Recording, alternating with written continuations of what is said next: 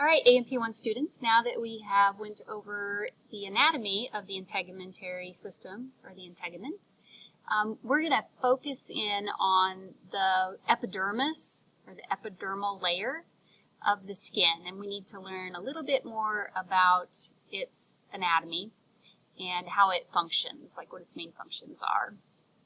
Okay, so just as a reminder, this was our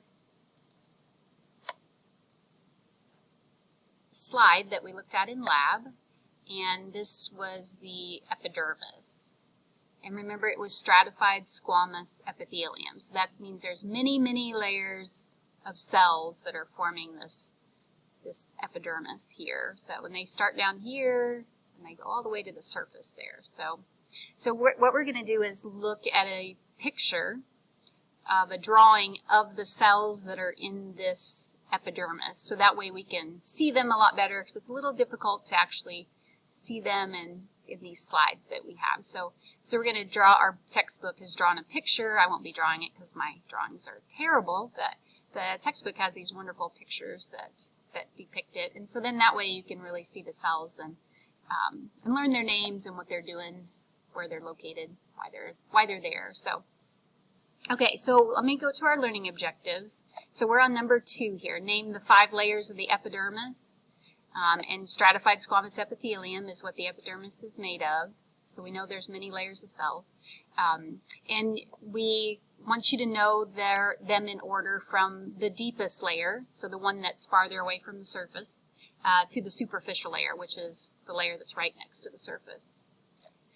All right, so stratum basale is the deepest layer, so it will be the one that's right there next to the dermis. So it's very, or it's the farthest one away from the surface of the skin.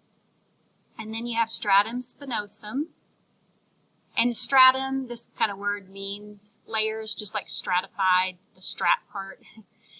That's a prefix that means layers, so that's why they use that term. So stratum basale, and there's a lot of different ways to pronounce that, so basale or, yeah, anyway.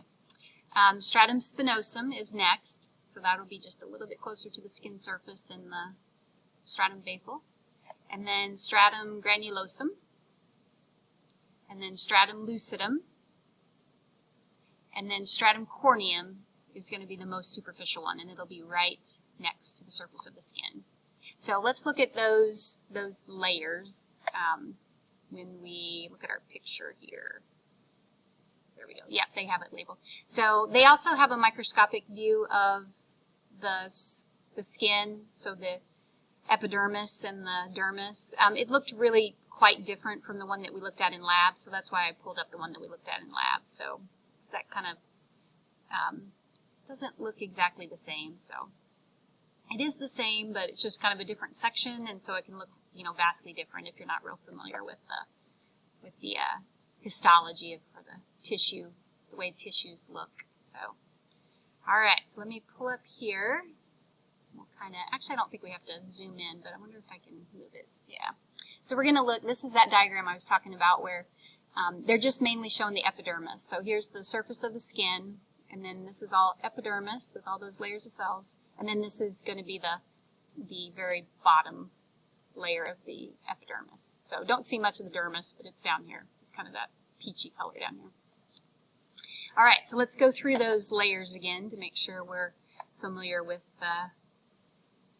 them from deep to superficial. So stratum basale, or stratum basal, however you want to say it, that is these cells here. And you'll notice they look a little bit differently shaped than some of the rest of the cells that we're going to look at. So they kind of look more like cubes. So they look more like cuboidal, where the rest of these are more squamous. They kind of look like flattened cells. So the stratum basal has a little bit different cell shape, and we'll talk about why that's important for these guys.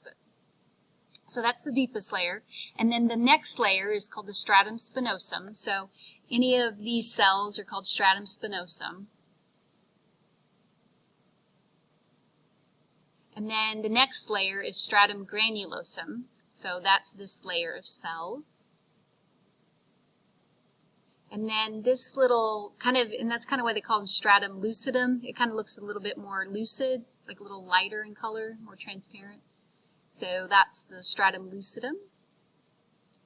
And then the cells in, this is going to be the thickest layer of the epidermis. That's the stratum corneum. So all those cells make up the stratum corneum. All right, so that is our layers from the deepest to the most superficial.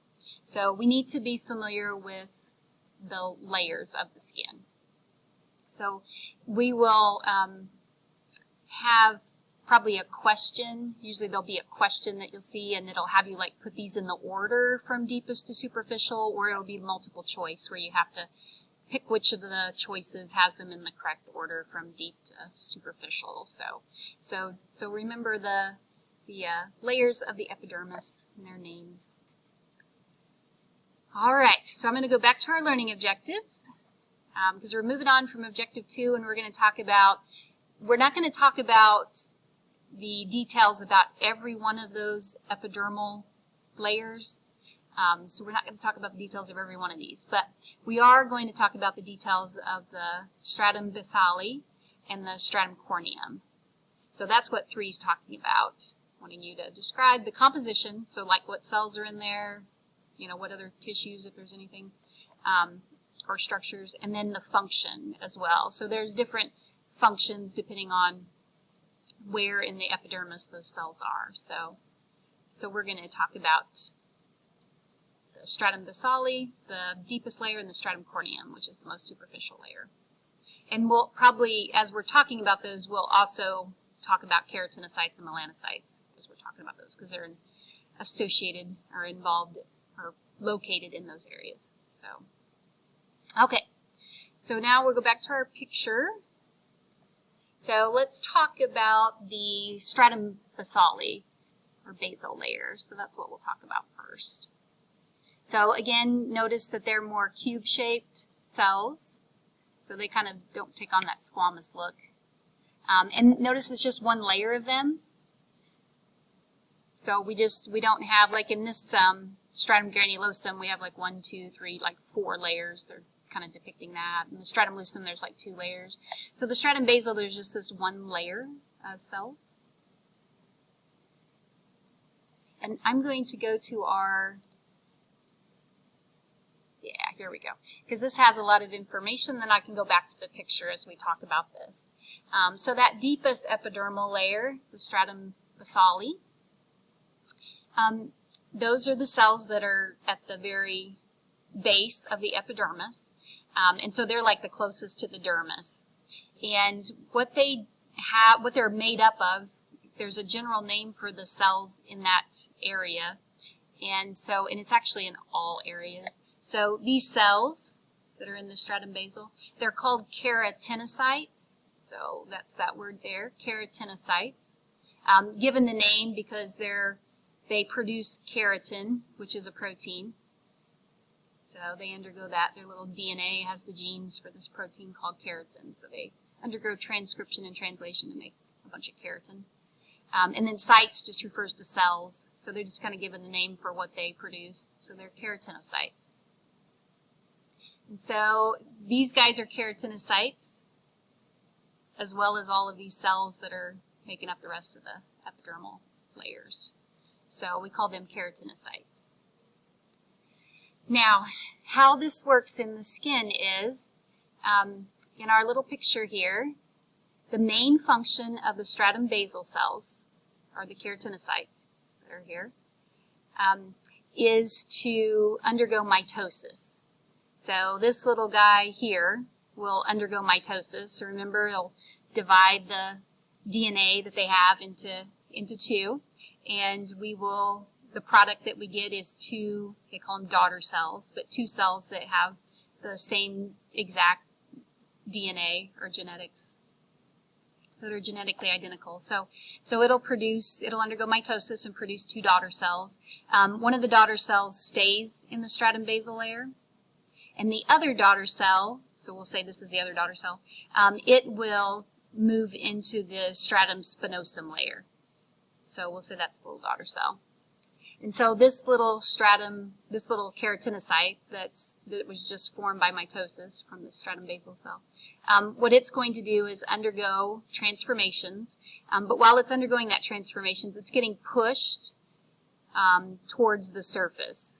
So this little cell will eventually become this cell and move into this position and then move into that position. And it'll just keep getting pushed to the surface of the skin until it gets to this point, and then something will happen. Either it'll be pushed off, and so then it'll fall off and it's dead, or we do something like we get an abrasion or something like that, and it gets dies or leaves based on some sort of injury.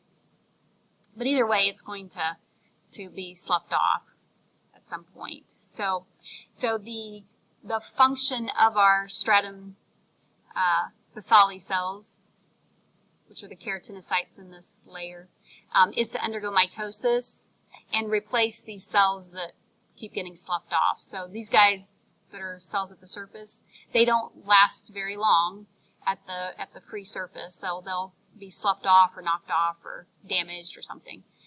So then we have to make new ones, so that way we keep having a full thickness skin here.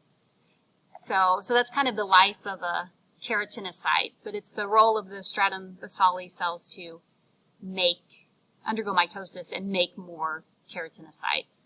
So that's the main role of the stratum basale cells, is to continue to make keratinocytes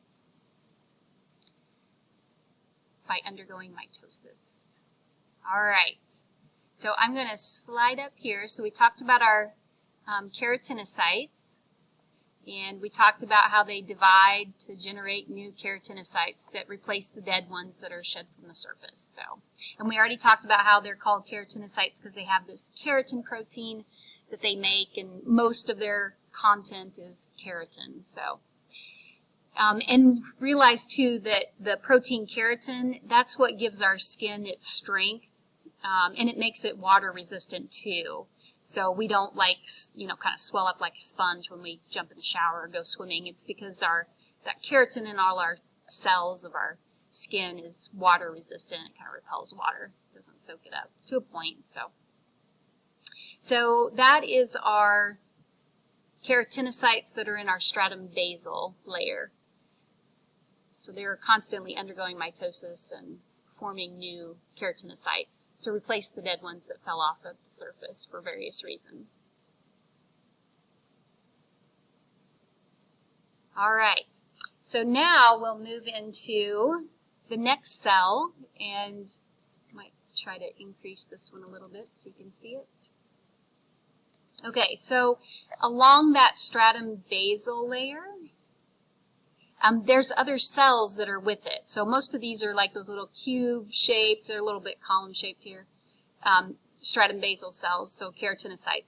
But occasionally what you'll see is a little cell kind of squished between them that has a bunch of processes coming off of it. So we call these processes, kind of look like little appendages coming off in different directions. So this one as well. So in our stratum basal layer of our epidermis, we have the melanocytes. So this is a melanocyte, and that is a melanocyte. And again, they're named for what they produce. So melanin is what the melanocytes produce. So that's why they call them melanocytes.